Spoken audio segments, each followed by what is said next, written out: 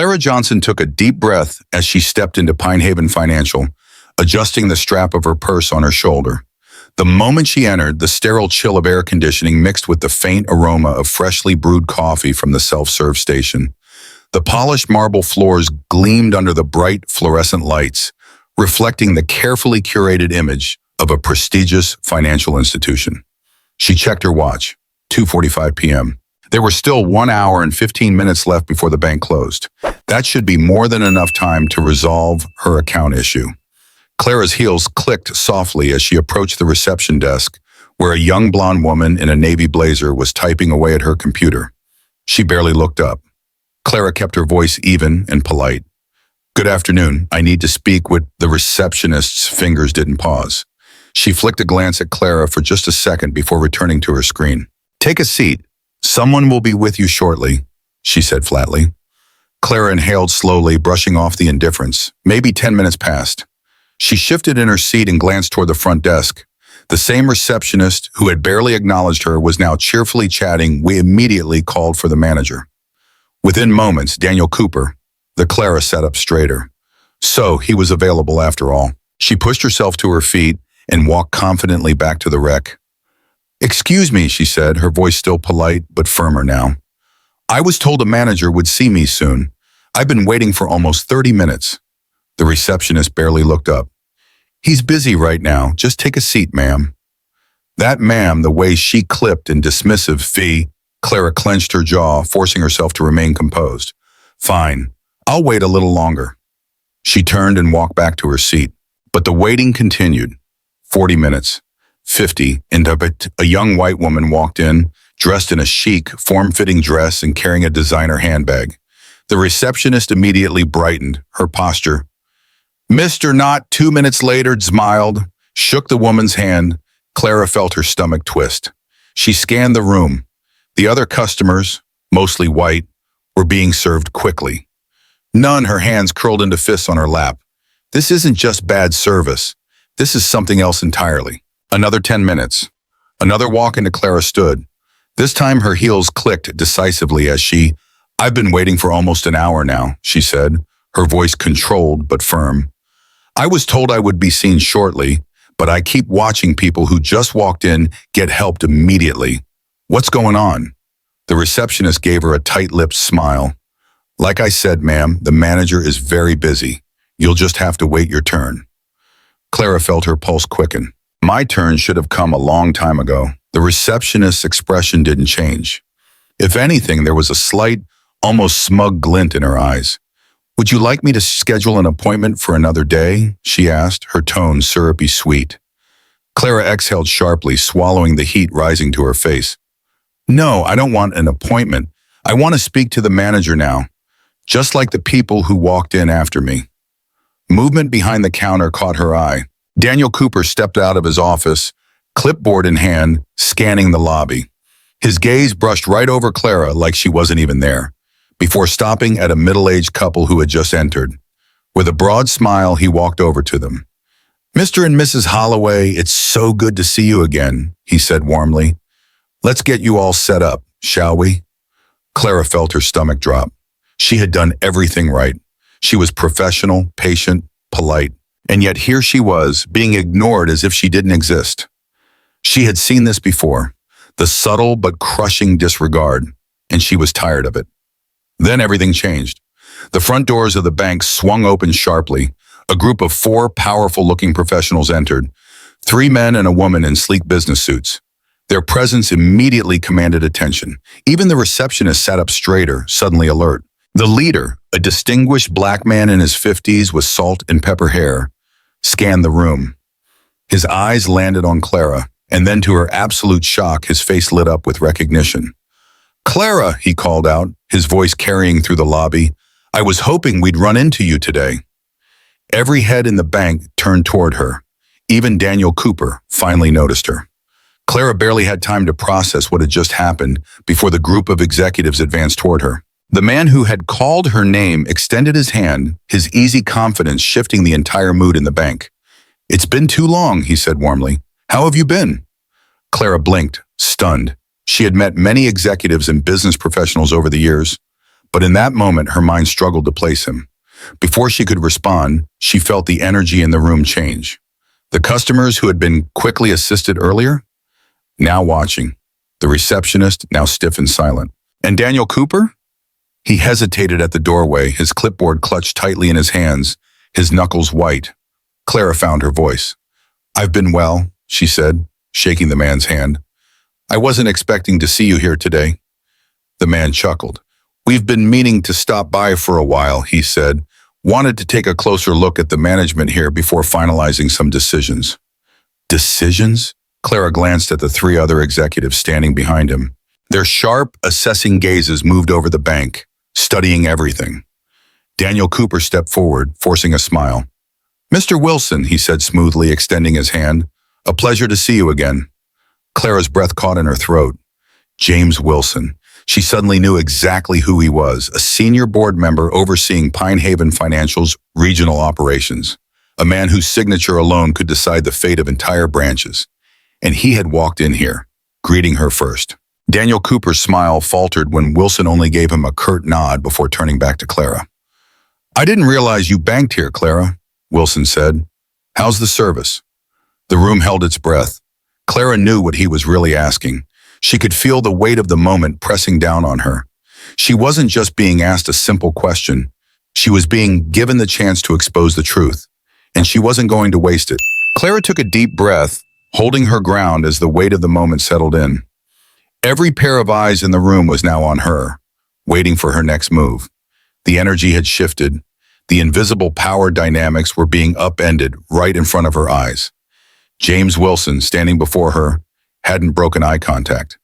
He was looking at her with a knowing gaze, one that seemed to understand the frustration simmering beneath her composed exterior. Clara could feel the pressure building, the kind that came from knowing her voice would finally be heard. Clara straightened her posture, feeling a strength she hadn't realized she possessed. She had waited long enough. "I've had some issues," she began, her voice steady but filled with an undercurrent of emotion. "I've been sitting here for over an hour, watching people walk in and get served immediately." She paused, letting the words hang in the air. The room was silent now, except for the soft hum of the air conditioning. Even the receptionist, who had barely looked her way until now, was silent, her fingers still on the keyboard, but her focus entirely on Clara. I watched as every other customer was assisted without hesitation. People who walked in after me, people who barely sat down. And yet, I was ignored. Clara's voice didn't waver, even as the frustration and anger bubbled to the surface. She kept her gaze locked with Wilson's, unwavering. Wilson raised an eyebrow, his expression still calm, but Clara could see the shifting understanding in his eyes. He was no longer just an executive looking over her account. Now he was seeing the real issue, the systemic bias she had endured. She glanced at Daniel Cooper, standing stiffly by the door, now looking uneasy. His attempts to maintain his smooth demeanor faltered. "I don't know what kind of service you think you're providing," Clara continued, her voice cutting through the tension. "But I know what I've experienced here today, and it's not service, it's discrimination. I don't care how busy your manager is, everyone here should be treated with the same respect. And I haven't been." The room held its collective breath. Clara had spoken, and there was no going back. The truth was out in the open. Wilson turned slowly to Cooper, his expression cold. "Is this how you run your branch, Daniel?" he asked, his tone almost casual, though the undercurrent of disappointment was unmistakable. Cooper opened his mouth, but no words came out. The weight of the question hit him hard, and Clara could see him crumbling under the pressure. She had given him every chance to redeem himself, but now it was too late. Wilson turned back to Clara, his eyes softening slightly. "Thank you for your honesty," he said. "I can see exactly what's been happening here." Clara exhaled, the tension in her chest easing just a little. She had said what needed to be said, and for the first time in hours she felt seen, truly seen, for everything she was, not for the way she had been treated. As the confrontation unfolded, the air in the room seemed to thicken. Clara's words had left an indelible mark, not only on the people in the room, but on the system she had long been fighting against. James Wilson didn't wait for Cooper to recover. Instead, he stepped forward decisively, his voice cutting through the silence. "Daniel," Wilson began, his tone sharp, "I'm afraid we're going to have to restructure your position here. We've had concerns about your leadership for some time, but now it's clear that your management style doesn't align with what Pine Haven Financial stands for." Cooper's face went white. His mouth opened and closed, but he could find no words to defend himself. The weight of the moment, the finality of Wilson's words, struck him like a blow. Clara's heart beat a little faster as she watched Cooper deflate. After all the disrespect he had shown her, to see him finally face consequences felt like justice. Slow, but surely it was coming. The other executives in the room, who had stood quietly observing until now, exchanged looks of agreement. Clara could feel their approval, even though no words were spoken. This was not just about her. This was about the change that needed to happen for everyone who had ever been treated unfairly by the banking system. "I think we're done here," Wilson said, turning to the others. The look in his eyes left no room for argument. "Daniel, I'll be in touch to discuss the formalities. But for now, I suggest you gather your things." Clara watched as Cooper stood frozen, his career slipping away in real time. The feeling of vindication rose within her, but she held it back. She wasn't here to celebrate his downfall. She was here to make sure this didn't happen again. "Clara," Wilson continued, his voice shifting back to its earlier warmth, "if you're still interested, we'd be happy to personally assist you with your account. I can assure you you won't be treated like this again." For the first time in hours, Clara felt a wave of relief wash over her. This was the outcome she had been hoping for. Not just a change in her account, but a change in the system. "I'd appreciate that," she said, her voice steady and grateful. She glanced at Cooper one last time. The weight of everything that had happened was finally lifting from her shoulders. As she followed Wilson and the executives toward one of the private offices, the murmurs in the room began. Behind her, she could hear the whispers that would follow Cooper as he gathered his things, his career hanging by a thread. Clara didn't listen to them. She didn't need to. The door to the private office clicked shut behind them, cutting off the lingering whispers from the lobby. Inside the office, Clara took a moment to ground herself. The space was sleek and modern, furnished with polished mahogany desks and walls lined with framed awards boasting the bank's commitment to excellence. The irony wasn't lost on her. She was sitting in a room that had once been closed off to people like her. Wilson gestured toward a chair. "Please, have a seat." Clara sat, smoothing her hands over her lap. She was still processing everything that had happened. How had she gone from being ignored to sitting here, in the presence of executives with the power to change everything? Miriam Lewis, one of the executives, pulled out a notepad and spoke first. "We apologize for what you've experienced," she said, her voice calm but firm. "Unfortunately, this isn't the first report we've received about disparities in service at this branch. But yours is the most blatant case we've seen in real time." Clara nodded. She didn't need an apology. What she needed was change. Whitmore leaned forward, his hands folded together. "We won't be keeping Mr. Cooper in his position for much longer," he said. "His tenure has been under review for some time. This incident has only confirmed what we've been hearing." Clara's brow furrowed. "That fast?" she asked, surprised by how quickly they were acting. Miriam exchanged a glance with Whitmore. "He was already on thin ice," Miriam explained. "We were conducting this visit as a final evaluation before making a decision. What just happened out there sealed it." Clara felt a wave of vindication as she let the words sink in. It was surreal watching karma unfold so swiftly. Miriam clicked her pen, breaking the silence. "If you're comfortable, we'd like you to provide a written statement about your experience today. It would help solidify our case." Clara hesitated for a moment. She didn't need revenge.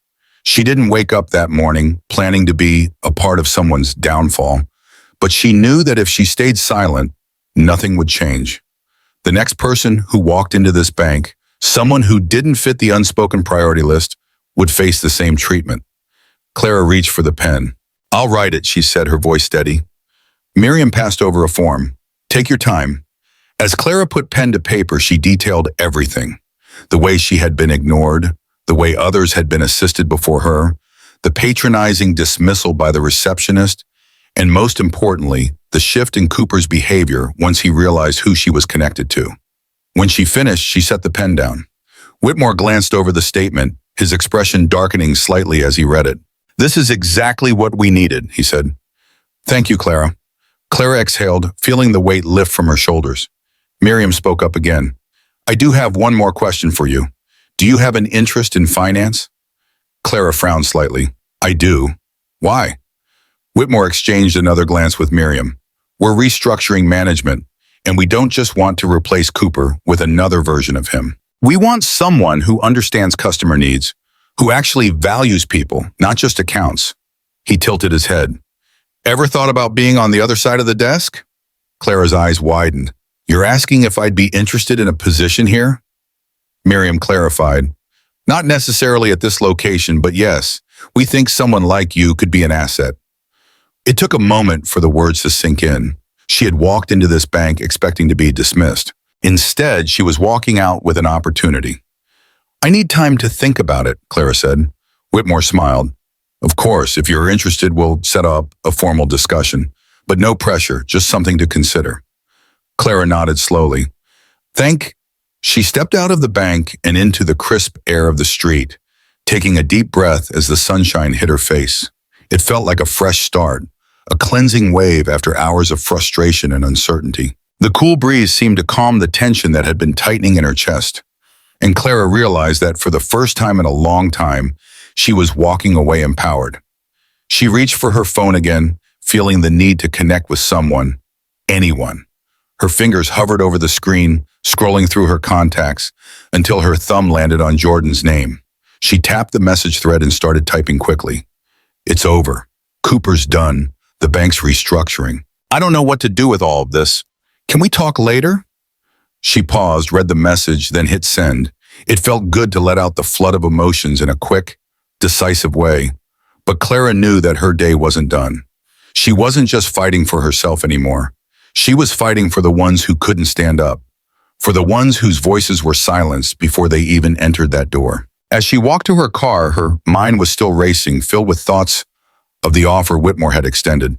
Could she actually make a difference in a space like that?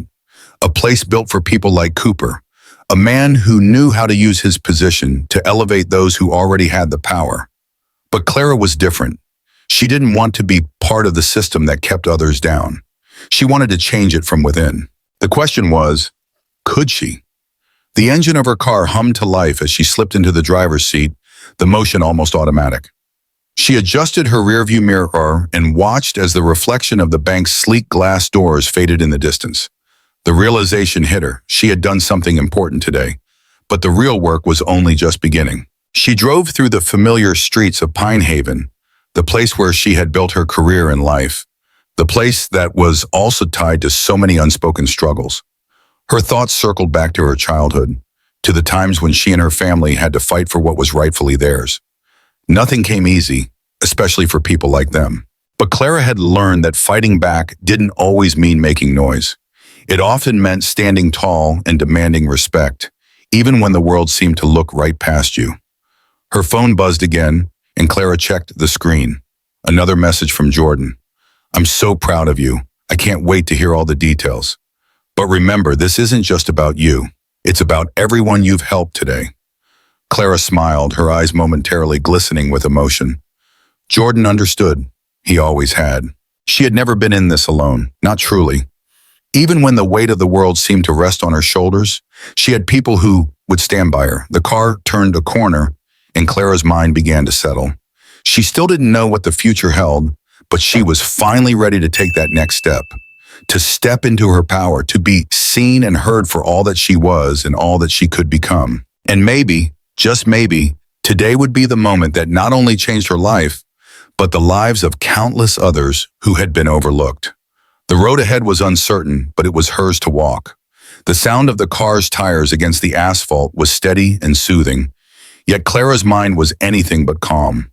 The day's events, the confrontation at Pine Haven Financial, the power dynamics that had shifted so unexpectedly, it all felt surreal.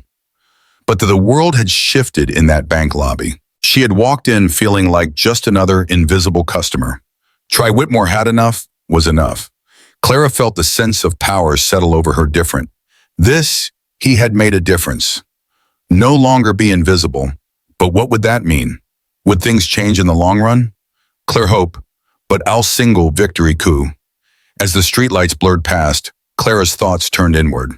Her phone buzzed again, and this time it was an unknown number. Her heart skipped a beat. Could it be she? Hello, Clara? a voice greeted her. It was warm, familiar, and had an almost inviting tone to it. It was Whitmore. "Hi, Mr. Whitmore," Clara said, her voice steady. I just wanted to follow up," Whitmore said, his tone surprisingly light.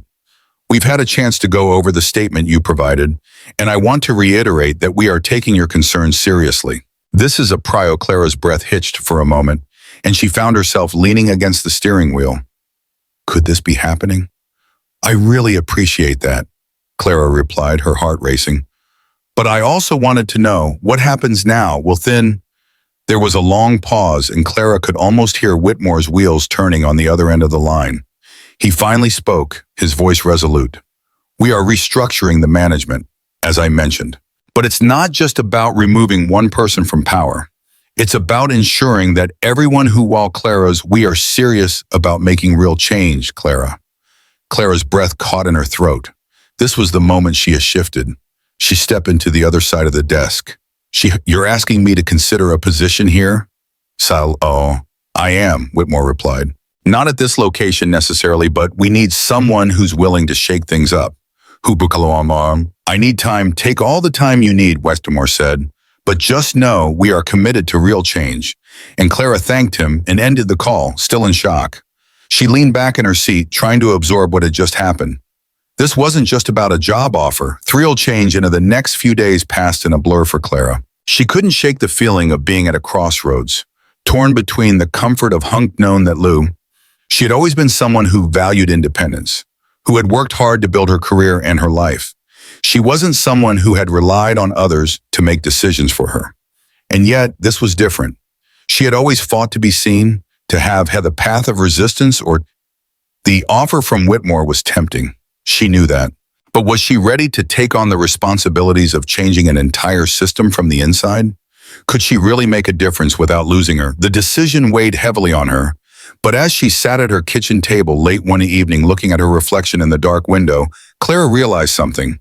She wasn't just choosing a career. She was choosing to be a part of the solution. She thought of her family, her community, and the countless people who had come before her.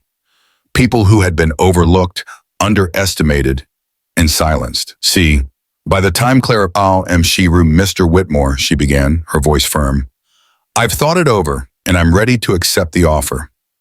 I want to be part of the change at Pi." Whitmore's voice was warm, filled with a sense of satisfaction. "I'm glad to hear." As Clara hung up the phone, she felt a new sense of purpose swell with power. Invisible Be Through Clara Johnson's journey at Pine Haven Financial, the story highlights an important lesson about empowerment, standing up against injustice, and fighting for what's right, even when the system seems stacked against you. Clara's initial frustration and invisibility in the bank serve as a reflection of the subtle but powerful ways in which bias and discrimination manifest in everyday life. For Clara, it wasn't just about a banking issue, but about being treated with dignity and respect.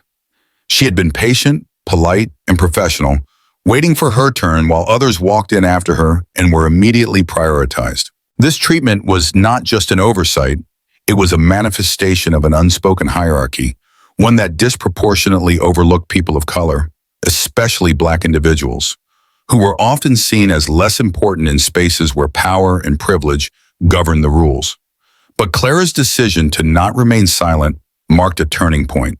She refused to accept that being overlooked was just the price of doing business. The lesson here is that silence in the face of injustice only perpetuates the problem, while speaking up is an essential step toward change. When Clara confronted the receptionist and the bank manager, she did not just demand service. She demanded to be treated with the respect that any customer deserves. And in doing so, she brought attention to the deeper systemic issue that had been quietly ignored. The arrival of Thomas Whitmore, the senior board member, was not coincidental. He was the catalyst for change, and through his willingness to see Clara's truth, the story reflects another crucial lesson: the importance of those in power using their influence to create real change. Whitmore's recognition of Clara and his quick action in addressing Robert Cooper's discriminatory behavior shows how those who hold power can either perpetuate the status quo or become the agents of change. Whitmore didn't just represent corporate authority, he represented someone who understood the significance of standing up when things aren't right. His decision to listen and his immediate recognition of the systemic flaws in the bank's practices were the key to shifting the dynamic. It underscores the fact that true leaders don't just maintain the system as it is. They question it, they challenge it, and they take steps to rectify it. For Clara, the realization that the people with the power to make changes were watching and willing to act was liberating. It wasn't just about fighting for her own rights. It was about fighting for everyone who had ever been dismissed or treated unfairly. One of the most poignant lessons Clara learns is that visibility matters. In a world where many marginalized people are rendered invisible, Clara's decision to stand up for herself and assert her worth in the face of bias demonstrated how important it is for people to be seen, heard, and valued. It was only when Clara demanded her rights that she was truly acknowledged, and that moment of recognition became a symbol of how powerful it is when individuals stop accepting being invisible. By doing so, Clara not only reclaimed her dignity, but also forced the people around her to confront their own biases and shortcomings. However, the lesson here is also that this shouldn't be an isolated incident. Clara's story shows that every single individual who is silenced has the right to be visible. And the more people step into that light, the more they create space for others to do the same. Additionally, the offer from Whitmore to join the bank's management is symbolic of another key lesson. We all have the power to change systems from within. For Clara, the idea of taking a position at the bank was initially daunting.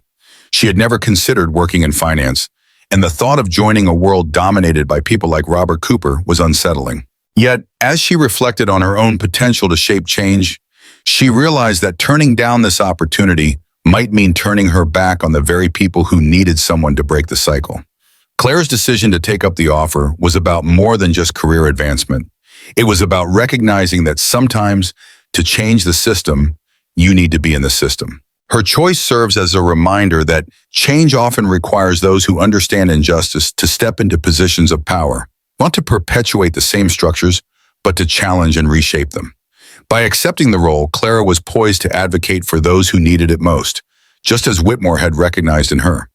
Someone who could bring empathy and change to a corporate world that needed both. Finally, the story is a testament to the value of fighting for your own voice and ultimately, your place in a system that was never designed for you to succeed.